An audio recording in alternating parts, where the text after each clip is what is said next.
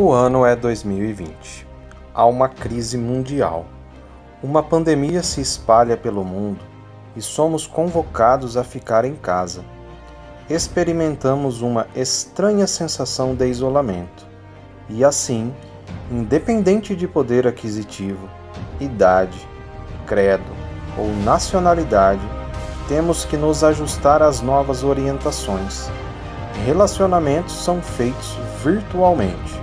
Trabalho, aulas e até nossos cultos passam a carecer de auxílio da tecnologia. Novas palavras: home office, online, lockdown, entre outras. As crises nos relacionamentos acontecem paralelamente. Tempo de parar e aguardar as próximas orientações. Deus, em meio a tantos obstáculos, continua a agir de acordo com seus insondáveis planos. Um homem, escolhido por ele, é tirado de sua zona de conforto. Em meio às questões que o faziam acordar nas madrugadas, lembra-se de um projeto em que uma viagem a outro país se depara com uma igreja que, na contramão do que havia construído como comunidade ideal, oferece a proposta de uma igreja simples e que apresenta um crescimento significativo, tanto em termos de números como em qualidade. Alguns irmãos se aproximam e oferecem apoio. O grupo agora conta com cerca de 9 famílias. Se reúne em uma garagem na casa de um deles. Na semana seguinte, sobre oração e orientação, o grupo se reúne em um hotel, com toda a estrutura necessária, dentro das normas da Organização Mundial da Saúde, para a celebração de um culto. Os recursos financeiros começam a aparecer e em pouco tempo já se obtém o orçamento necessário. O tempo vai passando e aquelas 9 famílias passam a ser os braços que acolhem outras tantas que se juntam ao grupo. Famílias, em geral, têm filhos e nasce o Life Kids, visando acolher essas crianças e, pela graça de Deus, temos pessoas capacitadas para isso. Cultos precisam de trabalhadores e logo se levantam essas pessoas. Cada um vem trazendo em suas bagagens o que tem de melhor para oferecer: cantores, instrumentistas, técnicos de som, iluminação, projeção, cuidadores de crianças, recepcionistas, e assim surge o Life Celebra e o Life Acolhe. O grupo toma volume e precisa de uma reunião para ajustar esses trabalhadores.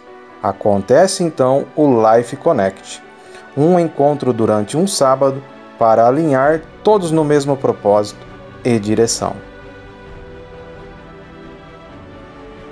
Agora, precisamos nos encontrar semanalmente para estreitar laços e conhecer melhor uns aos outros. Lançamos mão das novas tecnologias. Reunião de oração online que ganha o nome de Pausa Life. Em face da pandemia, que vai se prolongando, não podemos ocupar ainda todo o espaço que o local nos oferece, e isso nos restringe um pouco. Mas as mídias sociais também nos ajudam, e por meio delas, passamos a oferecer cultos online. Precisamos ter o momento da ceia do Senhor para o cumprimento de uma ordenança bíblica e para recordar a origem de nossa salvação, e prontamente já temos quem organize isso também. O tempo passou e chegou o tempo de nos registrarmos oficialmente como igreja. Já somos um organismo. Precisamos agora nos tornar organização. Essa organização precisa de mais trabalhadores. Quem vai fazer parte do conselho diretor? Quem vai querer se envolver com tantas responsabilidades? Levantam-se os que querem, e temos esse grupo de homens e mulheres valentes. Ocorre então uma assembleia para a constituição da nova igreja, e um grupo de 50 pessoas se comprometem a serem membros fiéis, e outro grupo significativo se dispõe a se preparar para a ordenança do batismo. As necessidades foram chegando e agora temos jovens e adolescentes que precisam ser cuidados. E o pastor também precisa de ajuda, e nesse momento chega um reforço. Pastor Timóteo e Carol juntam-se ao grupo para ajudar, e não só nesse ministério, mas também no ministério de louvor. Bom, minha trajetória é a seguinte: eu nasci em Extrema, Minas Gerais, no dia 24 de julho de 1998. Minha família morava lá, já na época acho que uns 5 anos, por causa do ministério, né? Meus pais, eles estavam à frente ali da primeira igreja batista de Extrema, igreja que eles plantaram, inclusive, lá.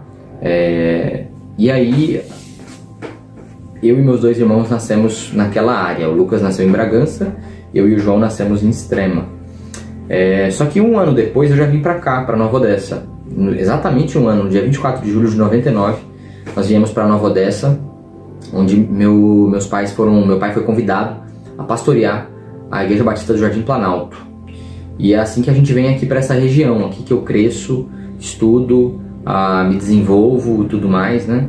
E sempre muito interessado por música, por esportes, por igreja, né? Também por matemática, engraçado, mas nunca fiz nada com isso. Mas assim o tempo foi passando, a gente foi se desenvolvendo, e aí por volta ali dos 15 anos, na adolescência, eu comecei a me interessar muito mais por serviço na igreja, por ministérios, a usar a música na igreja. Antes disso, desde os 8 anos eu já tocava, mas eu não usava isso muito na igreja, né? Tocava em algumas ocasiões ali na igreja, que eu tocava trompete na época, e aí eu usava dessa forma, né? Mas depois disso, depois dos 15 anos mesmo, que eu comecei a tocar na igreja, tocar violão, tocar guitarra, e aí eu comecei a interagir mais ali, né? E sempre participei, sempre estive presente, mas eu comecei a assumir mais responsabilidades. E aí eu comecei a ver em mim um negócio assim com liderança, né? Comecei fui, na realidade, nem foi uma questão minha, né? Mas foi, na realidade, uma votação, e votaram em mim para ser líder de adolescentes uma ocasião. Então eu comecei a ver em mim assim essa vocação, né? Para liderança. E aí com isso eu fui, mudei de igreja, e aí foi onde eu também conheci a Carol, com 17 anos, na igreja que ela era, na primeira de Americana. E aí a gente acabou se gostando, começamos a orar, depois começamos a namorar. E é nesse período em que acontece a convicção do meu chamado, né? Eu já via outras pessoas comentando com isso, principalmente nesse período de adolescência, dos 15 aos 17, comentando que viam em mim um chamado, né? Uma vocação para o ministério pastoral. Tanto em conselhos com adolescentes, com amigos, né? Como também em desenvoltura, e também nessa própria vocação para liderar, né? Para guiar pessoas. Então, foi nesse contexto em que aconteceu o meu chamado, né? Uma coisa que coloquei diante de Deus e que tive muita convicção, tanto nas minhas orações, como também vindo da própria Bíblia, como também vindo das pessoas que estavam ao meu redor, né? Nas pessoas, pastores, e a Carol também, eu tive muita convicção ali do chamado que Deus tinha para minha vida, né? E aí que eu vou pro seminário, na realidade. Eu fui em 2016. Uma parte muito importante foi a Carol, de me dar meio que esse empurrão, né? Eu vi que ela estava comigo nesse barco. E então eu falei, não, vamos lá, vou pro seminário, né? Em 2016 eu comecei a estudar, com 17 anos. Estudei em 2016, concluí meus estudos no finalzinho de 2018. Foram 3 anos de seminário. E depois disso já tivemos uma oportunidade de pastorear uma igreja, né? Uma congregação, na realidade. Ficamos ali por quase 3 anos até o final, exatamente final de agosto de 2021, do ano passado, né? Foi nessa outra igreja, na Missão Batista Comunhão, uma congregação, que nós nos desenvolvemos muito, né? Principalmente como família, nós casamos à frente daquela igreja. Eu fui ordenado ao ministério pastoral também à frente daquela igreja. Então isso foi um tempo de muito aprendizado, de muito crescimento para nós dois ali, certamente, né? E aí no ano passado, né, na verdade em setembro de 2021, nós começamos a frequentar a Life. É assim que a gente chega em Americana, né? Carol surge em 2015, 14 para 15, quando eu mudo de igreja. Eu era de uma igreja de Nova Odessa, fui para uma igreja americana que ela frequentava, e ali a gente se conheceu, né? Mais profundamente, assim, já conhecia de acampamentos e tudo mais, mas não muito. E ali foi nessa igreja que a gente começou a conversar, viramos amigos. E aí depois de 4 meses, só amizade e tudo mais, nós começamos a se gostar e começamos a orar para a possibilidade de um relacionamento, né? A gente queria muito colocar isso nas mãos de Deus e saber se era isso que Ele tinha pra gente. Aparentemente era.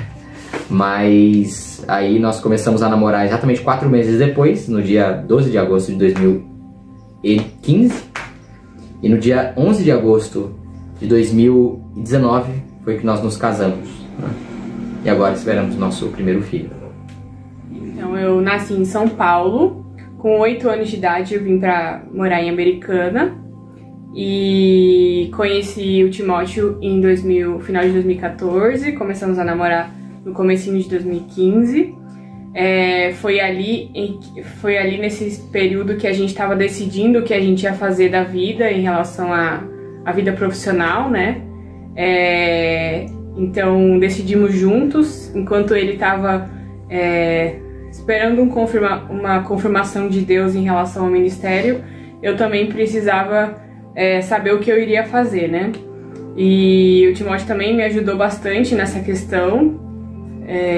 Eu lembro da gente conversar e eu já sabia o que eu queria, mas eu tava meio relutante, assim. E aí, conversando, a gente viu claramente que essa era a minha vocação, né? Eu fiz pedagogia, gosto bastante dessa área, gosto bastante de criança e vejo que esse é o chamado de Deus também para minha vida. No ministério, onde eu posso servir na igreja. Também gosto de outras áreas, né? Hoje em dia na Life, por exemplo, eu faço a parte de artes e a parte de comunicação visual, que também gosto bastante. Mas o que eu fiz de profissão mesmo foi pedagogia.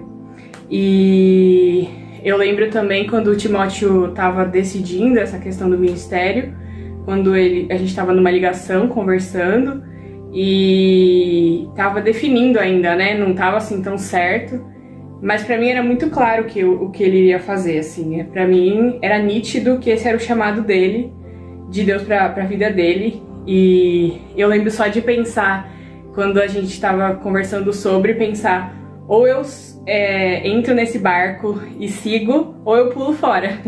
E claro que eu decidi continuar no barco, né? Tô aí até hoje no barco.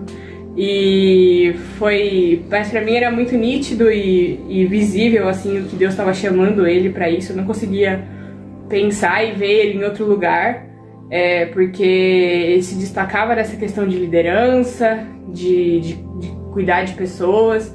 E assim, do meu lado, eu nunca tinha pensado em ser mulher de pastor, nunca tinha passado pela minha cabeça. Mas eu percebi que também era meu chamado ser mulher de pastor, na questão do suporte, na questão de estar ajudando. Eu sempre entendi que essa era a minha função, né? E então foi bem legal, assim, esse momento de definir, de conversar e de ver Deus mostrando pra gente como seria a nossa vida, né? Qual seria nosso ministério. Bom, logo que eu chego na Life, o que mais me chama a atenção foi essa receptividade da igreja, né? Nós nos sentimos muito queridos ali, muito confortáveis, muito tranquilo, assim, uma igreja muito receptiva, né? Nós rapidamente ali já nos sentimos muito à vontade na igreja, muito muito queridos pela igreja, né? Isso foi algo muito bacana ali, que nos chamou muita atenção. E como que eu vejo o meu trabalho? Eu vejo que o meu trabalho, ele tem desafios, né? Que são principalmente pelo fato da igreja ser uma igreja em crescimento, ser uma igreja que está aí, tem pouco tempo de história, né, digamos assim. Mas ao mesmo tempo que eu vejo esses desafios, eu também vejo uma perspectiva muito bacana, né? Porque nós conseguimos ver da onde a igreja surgiu até onde ela está, com apenas um ano de existência. A gente consegue ver como Deus tem cuidado, como Deus tem abençoado, como Deus tem dado crescimento a essa igreja, né? E podemos claramente confiar que Ele continuará cuidando, que Ele continuará dando esse crescimento, e dispostos a que Ele nos use nesse processo, né? Que Ele nos use diante dessa obra que Ele está realizando aqui na cidade americana, através da vida da Life, que Ele possa também nos usar para fazer a obra dele, né? É assim que eu vejo o meu trabalho ali, os desafios e a Life como um todo, né? Hoje eu sonho que meu ministério possa fazer jus à visão que a Life tem como igreja, né? Que tanto o trabalho com os jovens, como o trabalho também com a Life Celebra, possa ser um ministério que reflete essa simplicidade e saúde, né? Não possa ser amarrado em estruturas, amarrado em tradições simplesmente, mas que possa ser algo mais simples, mas que principalmente possa gerar uma vida cristã saudável para as pessoas que participam, né? Para as pessoas que fazem parte desses ministérios, né? Acho que esse é o meu maior sonho, e também que eu possa aprender. Essa é uma das minhas grandes motivações em aceitar um convite para ser pastor auxiliar, né? Eu tenho muito desejo de aprender mais sobre o ministério, né? Eu estou numa fase, ministerialmente, eu devo aprender, né? Ministério é um tempo muito longo, então eu estou começando essa carreira e eu devo aprender por alguns anos ainda mais, né? Na verdade, nós sempre vamos continuar aprendendo, mas entendo de Deus que seja essa a principal responsabilidade que Ele coloca nas minhas mãos hoje. A característica da Life, eu vou escolher uma característica da Life que mais me chama atenção, que é a vida, né? A vida da Life me chama muita atenção. A Life é uma igreja viva, e todas as outras características que são tão peculiares dela giram em torno dessa vida, né? A Life é uma igreja que monta e desmonta, ela é uma igreja que não tem um local físico próprio, é uma igreja que se reúne, tem muitas reuniões que são online. Então, assim, são características muito diferentes de outras igrejas. Mas ela só consegue funcionar porque ela é viva, porque ela tem vida. Ela só consegue continuar tendo esse senso de unidade, esse senso de um corpo, porque ela é viva, né? Mesmo sem um local próprio, ela continua, porque ela é viva. Mesmo online, ela continua, porque ela é viva. Ela monta e desmonta porque ela tem vida, né? Eu acho que essa é a principal característica da Life, ela é uma igreja viva. Qual que é o meu recado para os jovens que, assim como eu, decidiram ter uma vida anormal dentro dos padrões do mundo? Meu recado é que vale a pena. E na realidade é a única coisa que vale a pena, né? Ter uma vida anormal aos padrões do mundo vale a pena em todos os sentidos, porque é a única coisa que de fato nos dá preenchimento, né? Eu acho que em todas as áreas as pessoas buscam realização, elas buscam se sentir preenchidas, elas buscam que aquilo possa de alguma forma fazer com que elas se sintam melhores, fazer com que elas se sintam bem, não melhores e superiores, mas que elas se sintam bem de fato, né? Felizes com aquilo, realizadas, né? Só que nenhuma dessas coisas vai de fato trazer essa alegria que as pessoas tanto buscam, porque elas não têm isso para dar, né? A única coisa que tem alegria plena e satisfação plena para dar é Deus. Então, a única coisa que faz com que a gente se sinta alegre, que faz com que a gente se sinta de fato preenchido, que tem essa satisfação que não acaba, é uma vida com Deus, é uma vida anormal, né? Essa vida de cristão mesmo, essa vida que eu levo não só por ser pastor, mas que eu levo por ser um seguidor de Jesus Cristo, né? Então, eu acho que minha mensagem é que vale a pena. Vai por mim, vale a pena. Porque é a única coisa que de fato vale a pena nessa vida, né? Famílias chegam para fazer parte da Life. Muita coisa acontece durante este ano. As experiências se somam e relacionamentos são formados. Eu frequento a Life desde dezembro de 2020. O que tem me chamado a atenção na Life é a união, né? E é bem o nome que nós usamos, né? Que é simples e saudável, né? Então é muito gratificante estar na igreja hoje, né? Ela completou 1 ano, então nós estamos muito felizes por estar na Life. No último ano nós tivemos alguns eventos assim tristes, né? Que nós tivemos na nossa vida. Então foram 3, são coisas assim, experiência muito pessoal minha, né? Da nossa família, que foi o assalto, um acidente de carro que eu tive, né? A minha sogra que esteve internada, e a Life foi assim, representou muito na nossa vida, a união, né? Tudo que eu precisei, tanto material, espiritualmente, a Life estava comigo, então eu me senti acolhida pela Life. Hoje é uma igreja completa, significa assim, que me acolheu minha família. O significado dela para mim hoje é, não posso falar tudo, porque nós somos seres humanos e falhos, né? Mas espiritualmente é tudo, né? Ela não deixou nada a desejar, né? Quem tiver assim, dúvida de alguma coisa, não tenha, porque é uma igreja que te oferece tudo. Hoje a Life é união. Eu gosto muito de frisar que minha filha falou: mãe, eu me sinto acolhida nessa igreja. Isso me deixou muito feliz. O que a igreja investe hoje é nas crianças, que é o futuro, né? Investe muito em casais, que é uma característica do pastor Lazarino, investimento em casais, né? Acolhe muito. E hoje nós estamos com investimento nos jovens. Uma igreja de 1 ano que tem investido muito, assim, um foco muito grande nos jovens também, né? Isso me atrai porque sou muito de jovens e as crianças. Eu frequento a Life desde dezembro de 2020, o último encontro dos jovens. Que a gente teve um culto que foi bem legal e depois a gente saiu para, né, distrair, conversar mais.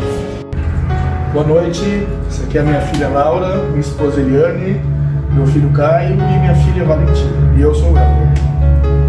Nós frequentamos a Life vai fazer 1 ano, quase 1 ano. O que tem chamado minha atenção na Life é a transparência das pregações, né?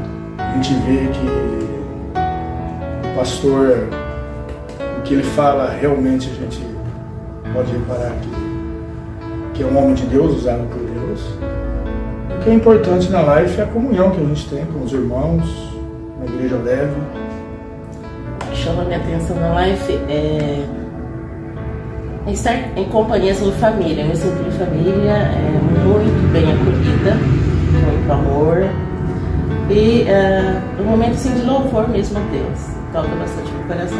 Eu acho que as pessoas tratam a gente muito bem, com muito carinho, e recebem a gente como se a gente fizesse parte de uma grande família. Lá no Life Kids eu tenho a oportunidade de ajudar, eu aprendo bastante sobre a Bíblia e também eu aprendo sobre a história de Jesus. Depois que meu pai entrou na Life, a Eliane também, eu sempre percebi alguma mudança, assim, às vezes no comportamento, do jeito de falar. Meu pai sempre foi uma pessoa muito próxima comigo, mesmo a gente estando longe. Então, mas do mesmo jeito, sempre percebi assim que foi uma mudança de comportamento mesmo. O que tem me chamado a atenção aqui é o ensino do pastor Lazarino, que me prende bastante. O estudo que ele deu sobre os dons lá do Espírito. Eu gostei muito daquele estudo, não sei se isso, mas foi o que me prendeu, assim, o que me atraiu bastante. Tenho sentido transformação, tenho visto mudança na minha vida através dos ensinos, da pregação, dos aconselhamentos do pastor. Significa uma orientação para a vida. O ensina a gente a melhorar a nossa vida lá fora, no convívio do dia a dia, no trabalho, em casa. Significa mudança. mudança de vida. Eu frequento a Life desde dezembro de 2020. O que me chama a atenção na Life é a oportunidade que o pastor Lazzarini ele dá para as pessoas estarem fazendo parte mesmo de um projeto. Ele frisa muito isso, a importância de cada um ajudar naquilo que melhor se adapta a servir, por exemplo.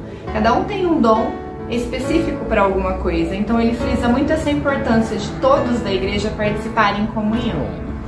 Nesse último ano, o momento mais marcante para mim na Life, com certeza, foi o meu batismo. Não só o meu, como do meu marido também, né? Depois de 10 anos frequentando a igreja evangélica, nós não havíamos nos batizado e foi depois de entrar na Life que a gente tomou essa iniciativa de nos entregarmos totalmente a Cristo. Hoje a Life significa para mim um refúgio, um lugar onde eu venho, me sinto bem e me sinto renovada. Parece que tudo que eu passei durante a minha semana, quando eu chego na Life, eu saio outra pessoa. Eu frequento a Life já faz um ano, desde dezembro de 2020 que eu estou na Life. O meu marido, o Beto, ele frequenta comigo já faz 6 meses, que foi desde quando ele se converteu mesmo em Cristo Jesus. A Life é muito importante para mim porque ele me acolheu, né, nas horas mais difíceis da minha vida, que eu passei por um processo de internação, onde eu poderia não ter voltado. A Life foi tudo para mim naquele momento. Me acolheu, né? Para mim também. Foi o momento mais importante da nossa vida, porque quando eu mais precisei, eu tinha o pastor e tinha a igreja para nos acolher. Sim. O pastor estava sempre em oração, a igreja estava sempre buscando, e foi aonde eu me fortaleci para buscar, para orar, e graças a Deus ele está aqui com a gente. Bom, a experiência que eu tive lá, igual eu falei, né, eu achava que eu não voltaria mais, né? Foi onde eu aceitei Jesus e fiz um propósito com ele, se ele me tirasse daquele leito, que eu ia seguir a Life com a minha família, né? E todos os irmãos orando, né? Gente que eu nem conheci, fazendo parte da minha vida. Então eu só tenho que agradecer a Life, o pastor Lazzarini e tudo que ele vem fazendo por mim. Eu tive o Covid, né? Onde eu fiquei 20 dias entubado, passei 29 dias encamado, né? E agora, após ter saído do hospital, estamos aqui na Life. Meu pai mudou muito, ele está muito indicado a igreja, está escutando muito todo dia. Para ser mais completo, eu precisava dos meus 2 filhos com a gente, né? Nós temos mais 2 filhos. Mateus e o João. Mateus e o João, mas quando ficar completo mesmo com eles, a gente vai ficar 100%. Mas hoje a gente se sente uma família aqui. Eu sinto que eu tenho uma família. Eu fui bem acolhido, né? Então é um porto seguro pra gente. É um porto seguro.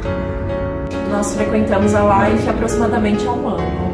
A união das pessoas da igreja, existe uma união muito grande, um conhecimento muito grande um com o outro. Então, para nós o que é importante aqui na Life é essa união das pessoas, umas preocupadas com as outras, esse ambiente familiar aconchegante que a gente encontra aqui na Life. A gente se sente dentro do grupo da Life, fazemos bastante parte mesmo, se sente inserido dentro do grupo da igreja. Um momento importante na Life que nós tivemos no último ano foi a reunião do batismo. Foi muito bonito ver assim, as pessoas tendo essa vontade de querer se batizar, de aceitar Jesus Cristo como seu Senhor e Salvador. Foi um momento muito especial de união também dos membros. Todos esses momentos que a gente se unem para se enturmar, seja por batismo ou seja por questão de conexão mesmo, eu acho muito importante, muito legal cada um tá ali se esforçando, fazendo o seu, e pra gente ter um resultado fantástico no final. Sim, hoje nós sentimos que a Life é uma parte importante na nossa vida. Tá aqui todo domingo tem feito a diferença para nós, na nossa vida com a nossa família. e as reuniões e as palavras que a gente recebe, também o apoio que a gente recebe.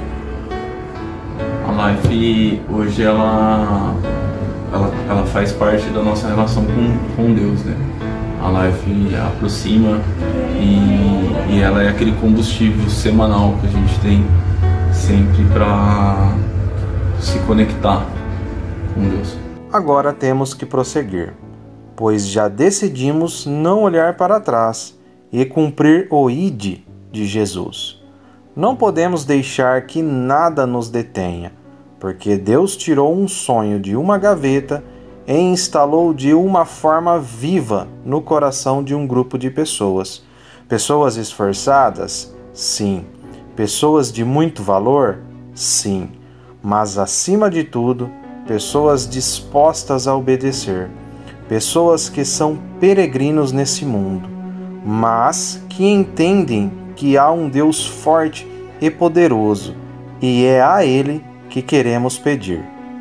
Deus, que o Senhor seja Rei do nosso coração, seja a nossa fortaleza nos momentos de perigo, nossa fonte eterna de inspiração, nosso esconderijo nos tempos sombrios, a razão do nosso viver, o vento que sopra e nos leva para lugares mais altos, âncora no mar das dificuldades, o fogo que queima em nosso coração e a voz que ecoe dos nossos lábios. A Ele toda a honra, glória e louvor. Eu sou nascido em Mococa, né? No interior de São Paulo. Sou de uma família humilde, né? Meu pai era guarda noturno, minha mãe era uma vendedora de verduras. E aí a gente se conheceu em Atibaia, né? Quando eu fui estudar no Seminário Palavra da Vida, que antes eu tinha uma formação na área de Química e trabalhava com isso numa usina, destilaria na verdade, né? Fazia algo para carro. E aí então, quando eu fui chamado do ministério, eu fui para Atibaia. E em Atibaia, nós entramos na mesma turma, né? Ela foi estudar Educação Cristã, eu fui estudar Teologia, bacharel em Teologia, e lá a gente se conheceu, em 1990. Eu vim do Rio, morava com a minha família em Angra e já bem jovenzinha já queria ir para a formação, ter uma formação bíblica, ter uma formação de teologia mesmo para servir. Eu não sabia onde eu iria servir. A princípio, eu não escolhi ser esposa do pastor, mas eu escolhi estar no ministério. Então lá, na escola, que de fato era para a maioria meninos que faziam teologia, mas já era a década de 90 e a nossa turma mesmo foi uma turma bem diferente, porque foram mais meninas que menino na nossa turma. Então lá encontrei ele, foi um dos 4 pastores da turma. Eu assim, a Life, ela não nasceu de um sonho, a Life nasceu de uma circunstância. É que a circunstância, ela trouxe à superfície um sonho. Assim, eu comecei no ministério em 1994, em Minas Gerais. E estou aqui na região desde 99, né? Então, portanto, já vai para 23 anos mais ou menos que eu estou na região aqui. Então, sempre fui pastor de igrejas, mais ou menos uma estrutura, né? Mesmo em Extrema, eu fui começar uma igreja com 6 pessoas, só que existia uma igreja mãe bem estruturada, e essa igreja mãe, quando a gente chegou, ela já estava começando a estrutura física da igreja em Extrema. Então assim, era uma igreja maior, começando uma igreja menor, e eu participei desse processo de construção da igreja em Extrema. Quando eu vim para Nova Odessa, eu vim pastorear uma igreja que tinha 6 anos de organização, tinha tempo próprio, uma estrutura toda e um povo já formado, né? Naquela época, 90 membros, mais ou menos, eu vim pastorear. Só que aí, nesse processo todo, em 2010, eu estive nos Estados Unidos, foi um período nos Estados Unidos. Tive a oportunidade de pregar em várias igrejas, conhecer várias igrejas assim, com estruturas gigantes, mas quando eu ia pro ponto não tinha gente, né? Tinha poucas pessoas pessoas pelo tamanho do espaço, né? Igrejas assim, lotadas, funcionando bem e tudo mais. Uma dessas igrejas me chamou a atenção, que era uma igreja assim, que ela tinha uma programação única no domingo, ela funcionava uma escola bíblica e com um culto muito simples. Eu participei dos cultos dessa igreja e me chamou a atenção assim, que o centro do culto da igreja era a pregação bíblica. Não tinha aquelas coisas de muita coisa que acontecia no culto, né? Era músicas muito bem selecionadas e uma mensagem. O pastor pregava muito bem, com bons recursos e tudo mais, e aquilo me chamou a atenção, né? Poxa, que igreja interessante. E aí eu queria saber onde estava aquele povo todo durante a semana. Porque aquele povo todo durante a semana reunia em casas, tinha grupos pequenos nas casas e tudo mais. Eles não voltavam para o templo. Ali eu voltei para o Brasil com uma vontade de falar, puxa, uma igreja podia funcionar assim, né? Menos presa a estruturas e muito mais focada na vida das pessoas. As pessoas se conheciam, se amavam, elas sabiam onde uma outra morava, elas frequentavam a casa umas das outras. Eu poderia começar uma igreja, só que na vida a gente tem que tomar decisões, né? Então, na época, assim, eu estava entre uma decisão de ir para um outro estado, de uma igreja que estava me sondando para ir para lá, uma igreja centenária, uma igreja com uma estrutura grande, já com uma equipe pastoral formada. Eu passava assim, noites sem dormir, pensando, o que eu faço? Eu abandono esses 20 e tantos anos que eu moro aqui na região, sou conhecido aqui, eu tenho ligações aqui, né, tenho relacionamentos aqui, ou eu vou para um outro estado e deixo tudo para trás aqui. Nas madrugadas mal dormidas, eu ia para o computador.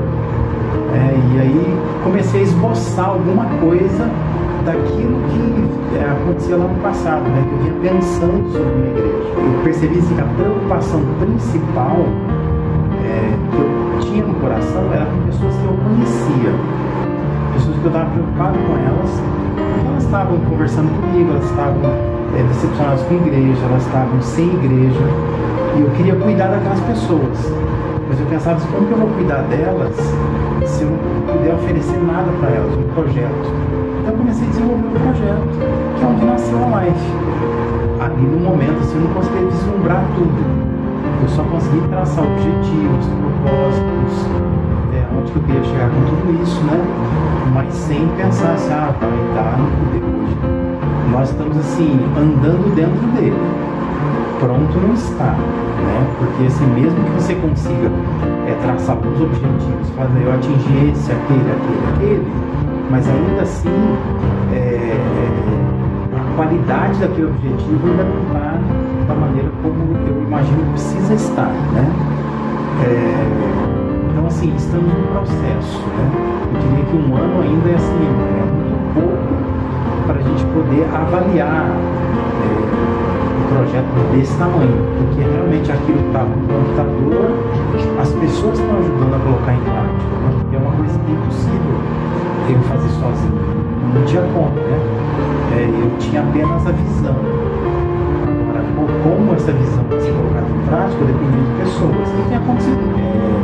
Fazer com que as pessoas entendessem o que é um cristianismo simples, qual é a proposta de Jesus, né?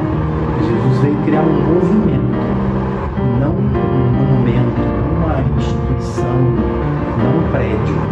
Então a minha preocupação era essa, a gente poder entender o que Cristo veio plantar aqui no mundo, né? Então aquele movimento simples, né? São pessoas que amam a Cristo, pessoas que querem amar umas às outras, que querem amar outras pessoas ainda.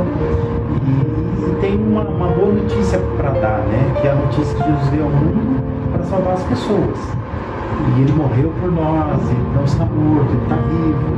Então a ideia será resgatar isso, fazer a pessoa viver a alegria do Evangelho. Eu não sou nascido em lar cristão. Eu fui alcançado pelo Evangelho aos 16 anos.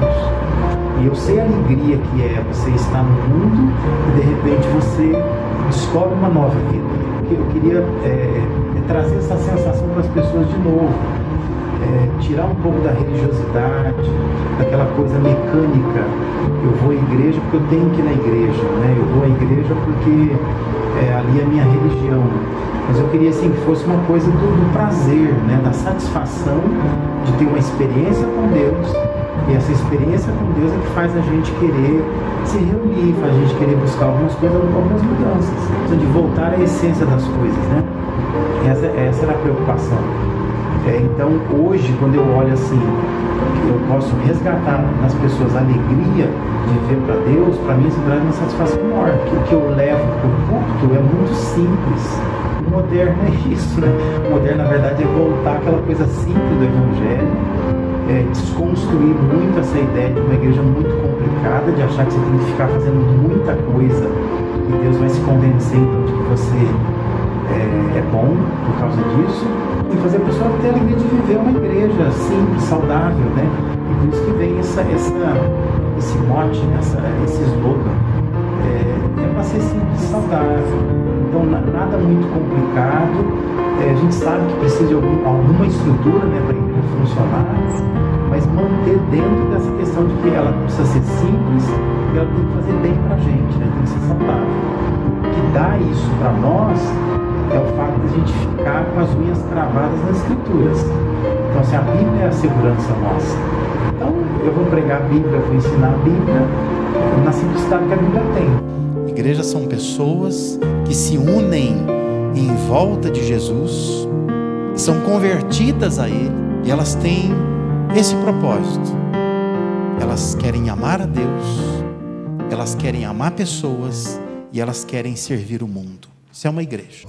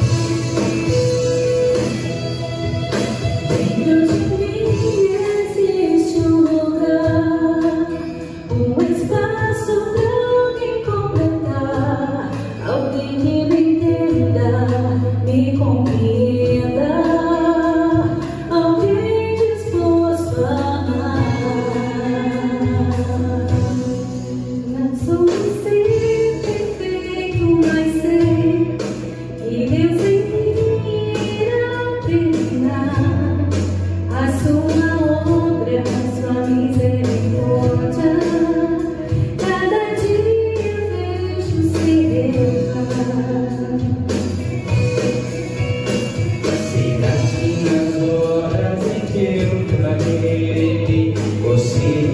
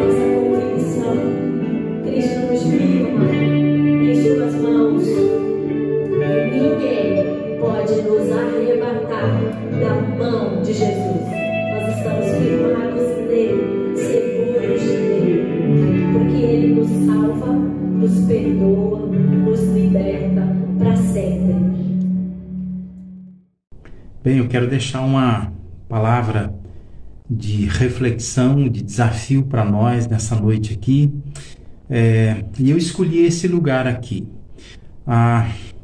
Eu sei que alguns já conhecem aqui, sabem onde eu estou, porque já vieram aqui, já foram atendidos aqui, alguns foram atendidos online aqui, mas aqui é o escritório da minha casa, é aqui que eu preparo mensagens, é aqui que eu oro, é aqui que eu leio a Bíblia, é aqui que eu faço as minhas meditações, mas aqui foi aonde eu comecei a sentar e, usando o computador, eu comecei a colocar no papel, né, formatar todo o projeto da Life. Por isso que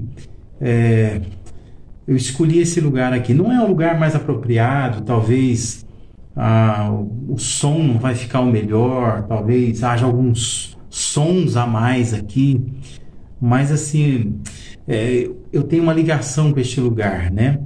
E por isso que eu estou falando daqui hoje, para esse tempo nosso aqui de reflexão. Eu quero ler, quero que você acompanhe na sua Bíblia, se possível, abra a sua Bíblia, acompanhe aí, 1 Coríntios 4, verso 1 e 2, são 2 versos apenas que dizem assim: assim, pois, importa que os homens nos considerem como ministros de Cristo e despenseiros dos mistérios de Deus. Ora, além disso, o que se requer dos dispenseiros é que cada um deles seja encontrado fiel. Esse contexto da carta de Paulo aos Coríntios, a primeira carta, ele é bastante claro quando a gente lê alguns versículos, ou se você pega capítulo 1 a capítulo 3, a gente consegue entender muito bem o contexto, a atmosfera, o clima em que estava aquela igreja ali. Então, assim, é certo que todos nós temos preferências pessoais, a semelhança daquela igreja lá, e ter preferência em si não é errado. Mas quando essas preferências, elas se transformam em disputas entre nós, né? Ou essas preferências que nós temos, seja por líderes, por pessoas, o jeito de fazer uma coisa, quando isso se torna motivo de divisão, aí sim elas se transformam em algo errado. Paulo, então, ele conclui esse capítulo 3 da carta assim: portanto, ninguém se glorie nos homens, porque tudo é vosso. Seja Paulo, seja Apolo, seja Cefas, seja o mundo, seja a vida, seja a morte, sejam as coisas presentes, sejam as futuras, tudo é vosso. E Paulo diz assim no versículo 23 do capítulo 3: e vós de Cristo, e Cristo de Deus. A frase seguinte literalmente diz assim: desse modo que os homens nos considerem. Há quem entenda que Paulo estivesse focado na missão dos pregadores, falando especialmente para os líderes, para os apóstolos, mas parece que ele queria mostrar que o mais importante é como tanto líderes da igreja, como os membros da igreja são considerados e como se consideram.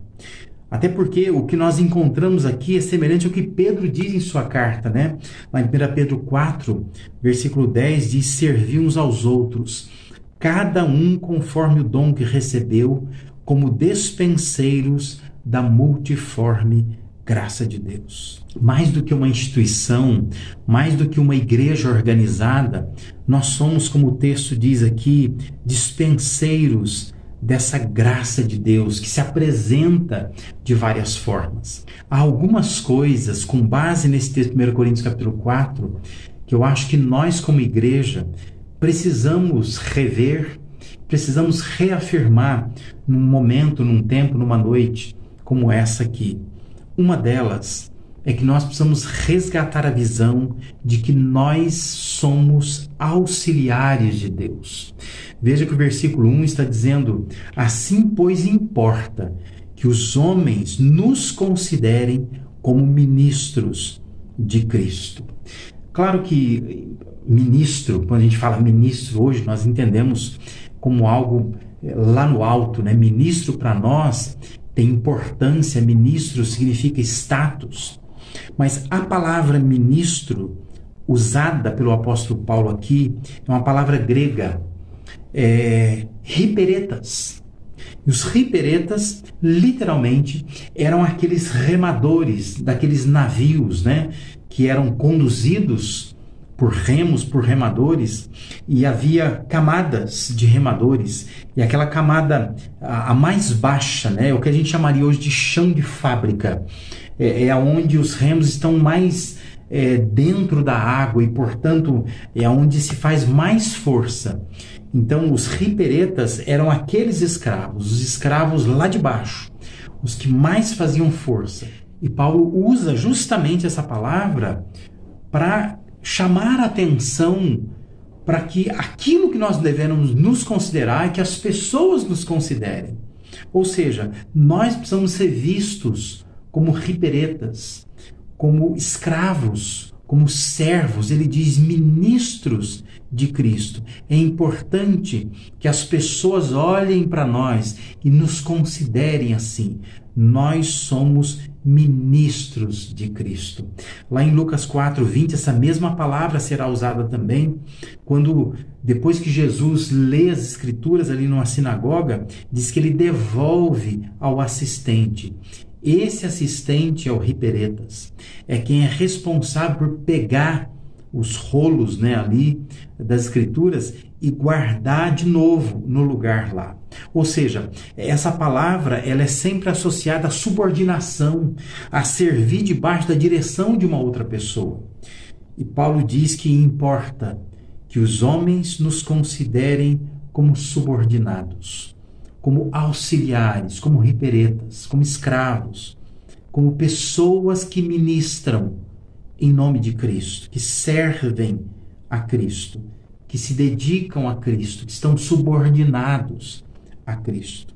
1 Coríntios 3, versículo 9, Paulo já tinha dito: porque de Deus nós somos cooperadores, lavoura de Deus, edifício de Deus sois vós. Nós somos cooperadores, nós cooperamos com Deus. Existe uma obra que é dele, existe algo que ele quer fazer e nós estamos cooperando com essa obra dele. Uma outra coisa que chama a atenção no texto aqui, e a gente vai viver conforme Deus deseja, eu quero que a gente reafirme isso, relembre isso nesta noite aqui, é que Deus nos chama para nós agirmos como os dispenseiros de Deus, né? Olha, o versículo 1 ainda diz: assim, pois, importa que os homens nos considerem como ministros de Cristo. E Paulo acrescenta: e dispenseiros dos mistérios de Deus. O que era um despenseiro? O despenseiro, a palavra grega aí é oikonomos, de onde vem a nossa palavra economia. É a ideia de alguém que administra a propriedade. É alguém que é escravo também, mas ele cuida. Ele é mordomo, ele é despenseiro, ele organiza e administra os bens do seu Senhor. Paulo diz que somos despenseiros dos mistérios de Deus. Ou seja, nós cuidamos de algo que não nos pertence. Nós somos despenseiros, mordomos, administradores, e nós vamos ter que prestar contas disso. Então, essa consciência, esse temor precisa nos perseguir, precisa fazer parte de nós. Nós precisamos caminhar conscientes de que existe uma obra que é de Deus. Importa que os homens nos considerem ministros, servos e nos considerem despenseiros dos mistérios de Deus. Nós estamos cuidando de algo que não é nosso. Vamos ter que prestar contas disso.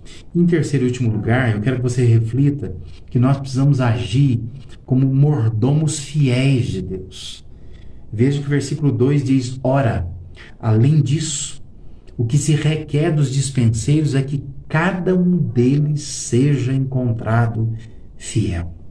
Já que o dispenseiro era um escravo recrutado dentre os escravos, um dos fatores essenciais para esse escravo recrutado, que agora então é dispenseiro, é mordomo, é que ele fosse fiel, é que ele tivesse fidelidade, porque ele é um escravo cuidando até de escravos, e ele precisa ser encontrado fiel. Entende o que Paulo estava dizendo? Se nós estamos cuidando de algo que não é nosso, que não nos pertence, o que se espera de nós é fidelidade.